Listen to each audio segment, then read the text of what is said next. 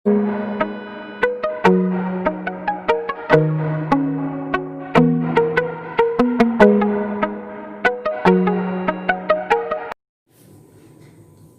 friends and students, আমার প্রিয় ছাত্রছাত্রী ভাই বোনেরা, I have come again with a lesson. আমি আবার এসেছি institute of academic and competitive English পরিচালিত এসবি এডুকেশন অ্যান্ড কেরিয়ার চ্যানেলের পক্ষ থেকে। তো আমাদের পরপর বিভিন্ন বিষয়ের উপরে ডেসক্রিপটিভ ইংলিশ, স্পোকেন ইংলিশ, এর সঙ্গে অন্যান্য ম্যাথ, জিকে, জিআই সমস্ত কিছুই চলছে। তো সামনে West Bengal public service commission ইতিমধ্যে ঘোষণা করেছে যে সেপ্টেম্বরে তারা ক্লাসিক পার্ট 2 পরীক্ষা নেবে এবং ডিসেম্বরের মধ্যে বাকি পরীক্ষাগুলো নিয়ে নেবে। তো ক্লার্কশিপ ভাই বোনদের কথা চিন্তা করে তাদের জন্য পার্ট 2তে কীভাবে ক্র্যাক করবে পরীক্ষা, কিভাবে পাস করবে, সেই এর জন্য সেই স্ট্র্যাটেজি বা কীভাবে পাস করবে তার উপরে আমি রিটেন আগের ক্লাসে দেখিয়েছি যে কিভাবে প্রসেস করলে বা কিভাবে পদ্ধতি নিয়ে এগোলে ক্লাসিক পার্ট 2 পরীক্ষায় পাস করা যায়। সেখানে কি আছে না, রিপোর্টিং আছে, প্রেসি আছে, E2B আছে, B2E আছে, আর কি আছে, সারমর্ম আছে, বাংলা ইংরেজি মিলিয়ে 100 নম্বর। সেগুলো আমি দেখিয়ে দিয়েছি আগের ক্লাসে আমি আলোচনা করেছি রিপোর্টিংটা কিভাবে করতে হয়। আজকে আমি দেখাবো রিপোর্টিংটা লিখতে হয় কিভাবে, রিপোর্টিংটা ঠিক করার জন্য কি পদ্ধতি অনুসরণ করা দরকার। ওকে, তো এটা যদি ঠিকভাবে ফলো করা যায় তাহলে পার্ট 2 পরীক্ষায় সুন্দরভাবে দেওয়া যাবে এবং অবশ্যই ক্র্যাক করা যাবে। স্ট্র্যাটেজি, আগে পার্ট 1 আমি বলেছি কি থাকবে, কত নাম্বার, কিভাবে পরীক্ষা দিতে হবে। পার্ট 2তে আমি বলছি যে রিপোর্টটা কিভাবে লিখতে হবে, রিপোর্ট রাইটিং।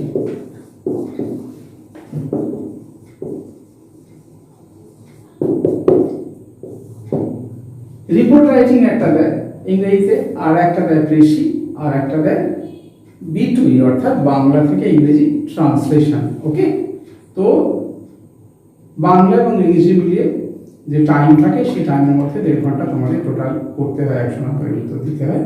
তো it is very difficult to right within the stipulated time, so one must practice and perfect practice with a view to be successful in and crack WC classic part 2 exam. Okay, তো সেক্ষেত্রে প্রথমে কি করতে হবে, report লেখার ক্ষেত্রে আমি আগের দিন ঘোষণা করে দিয়েছি রিপোর্ট সাধারণত 2 ধরনের আছে, এডিটোরিয়াল এবং নিউজ পেপার রিপোর্ট। তো নিউজ পেপার রিপোর্টে প্রথম নিউজ পেপার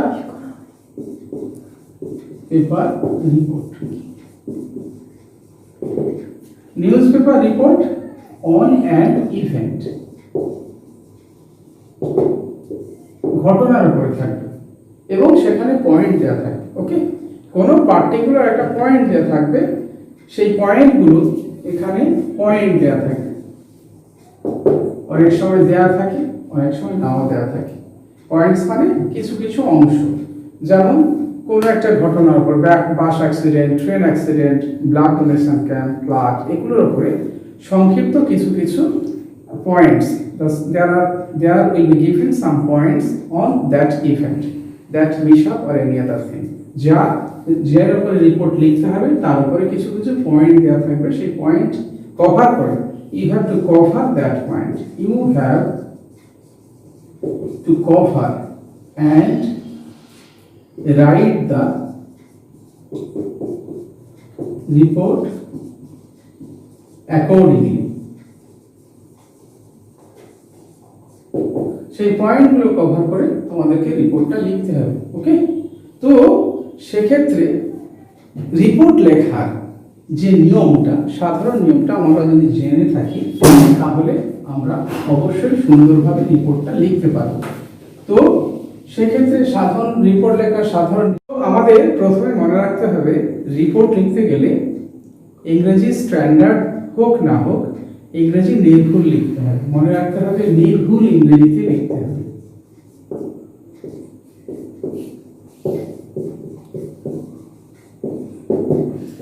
নির্ভুল ইংরেজি অর্থাৎ গ্রামাটিক্যালি নির্ভুল ইংরেজি কি, গ্রামাটিক্যালি কারেক্ট। ব্যাকরণগতভাবে ঠিক হতে হবে, সেখানে যেন ব্যাকরণগত কোনো ভুল না থাকে। তুমি স্ট্যান্ডার্ড লেখো বা না লেখো, তুমি লেখার যদি যথেষ্ট স্ট্যান্ডার্ড না হয় তাহলেও কোনো আপত্তি নেই, কিন্তু গ্রামাটিক্যালি ভুল যেন না হয় এটা আমাদেরকে খেয়াল রাখতে হবে। ওকে, তার জন্য বাক্য লেখা, ফ্রি হ্যান্ড রাইটিং লেখা শিখতে হবে। আচ্ছা, এবার রিপোর্ট লেখার নিয়মটা তোমাদের বলছি। প্রথমেই টাইটেল দিতে হবে অবশ্যই। আমি লিখে দিচ্ছি কিরকম, যদি পেপার এইরকম হয় তাহলে এখানে থাকবে টাইটেল,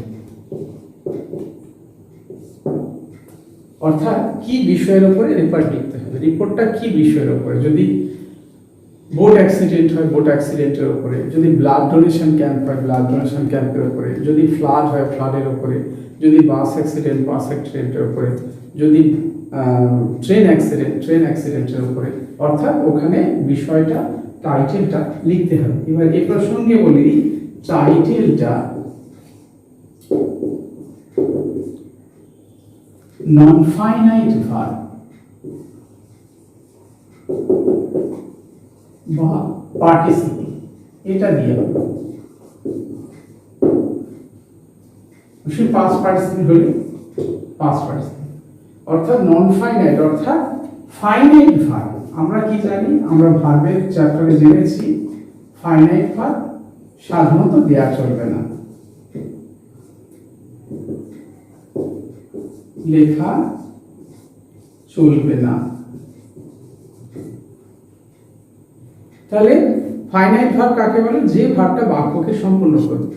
আর নন ফাইনাইট ভার্ব যে বাক্যকে সম্পূর্ণ করবে না, অর্থাৎ বাক্য সম্পূর্ণ বোঝাবে কিন্তু বাক্য সম্পূর্ণ নয়। অর্থাৎ আমি যদি বলি non finite verb, finite verb আমরা শিখেছি ভার্বের ক্লাসে। কিরকম? ধরো কোনো বাস অ্যাক্সিডেন্টে বা কোনো বোট অ্যাক্সিডেন্টে বা ট্রেন অ্যাক্সিডেন্টে 50 জন যদি মারা যায়, ঠিক আছে, 50 জন মারা যায়, আমরা সেক্ষেত্রে লিখব 50 কিল্ড। ঠিক আছে, 50 কিল্ড ইন বাস অ্যাক্সিডেন্ট, এইটা হবে টাইটেল। তাহলে এইটা হবে, তাহলে এখানে এই কিল্ডটা এটা হচ্ছে past participle, EPT, past participle. ঠিক আছে, তাহলে এই পাস্ট পার্টিসিপল এটা কিন্তু নন ফাইনাইট ভার্ব। আমরা জেনেছি ভার্বের চ্যাপ্টার যখন পড়েছি, যদি কোনো ছাত্রছাত্রী বন্ধু ভাই বোনেরা জানতে চান তাহলে আমাদের পূর্বের ভিডিওগুলো দেখে নিলেই বুঝতে পারবেন ভার্বের চ্যাপ্টারে ভার্ব আমি ক্লিয়ার করে দিয়েছি। এবং ঠিকভাবে যে লেখা, আমি আগে বললাম ঠিকভাবে লেখার পদ্ধতিগুলো ফলো করতে হলে আমাদের যে ডেসক্রিপটিভ ইংলিশের ক্লাসগুলো হচ্ছে ওগুলো আগের আমি অনেকগুলো ভিডিও দিয়েছি, সেগুলো কিন্তু ভালোভাবে ফলো করতে হবে, অনুসরণ করতে হবে। ওকে, তাহলেই এর সম্পর্কে ঠিক ইংরেজিটা লিখতে পারবে। তাহলে টাইটেল হবে 50 কিল্ড, বা যদি বোট ডুবে যায় তাহলে সেক্ষেত্রে লিখতে হবে বোট ক্যাপসিজড 50 বা 20 কিল্ড। এবার যদি 10 জন আহত হয় 10 wounded। এই হচ্ছে টাইটেল। তাহলে টাইটেল নন ফাইনাইট ভার্ব হবে এবং এই যে সবগুলি পার্টিসিপল ফর্ম আছে এটা খেয়াল করতে হবে, পিপিটি ফর্ম। তাহলে যে কোনো title, it will be better for the title to use non-finite participle verb. ওকে, কারণ এটাই নিয়ম। ওকে, এটা হলো টাইটেলটা। আচ্ছা, এরপরে খবরটা মানে নিউজটা কোথা থেকে আসছে সেটা জানতে হবে। এখানে টাইটেল, এবারে এখানে লিখতে হবে বাই, কোথা থেকে। যদি স্টাফ রিপোর্টার হয় বাই স্টাফ রিপোর্টার, যদি স্পেশাল করেসপন্ডেন্ট হয় বাই আওয়ার স্পেশাল করেসপন্ডেন্টস,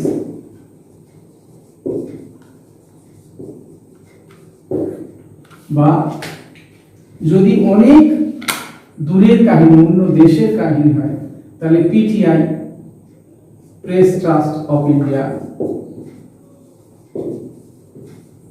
বা অন্য কোনো দেশের সংস্থা হয় ইউএনআই, এই অর্থাৎ বা অন্য দেশের হলে পিটিআই ইউএনআই ইন্ডিয়ার এবং অন্যান্য জায়গায় ইউনাইটেড নেশনস ইন্টারন্যাশনাল, এইরকম এখানে দিতে হবে। ওকে, তারপরে অবশ্যই কি দিতে হবে, এখানে টাইম, এখানে প্লেস, ডেট,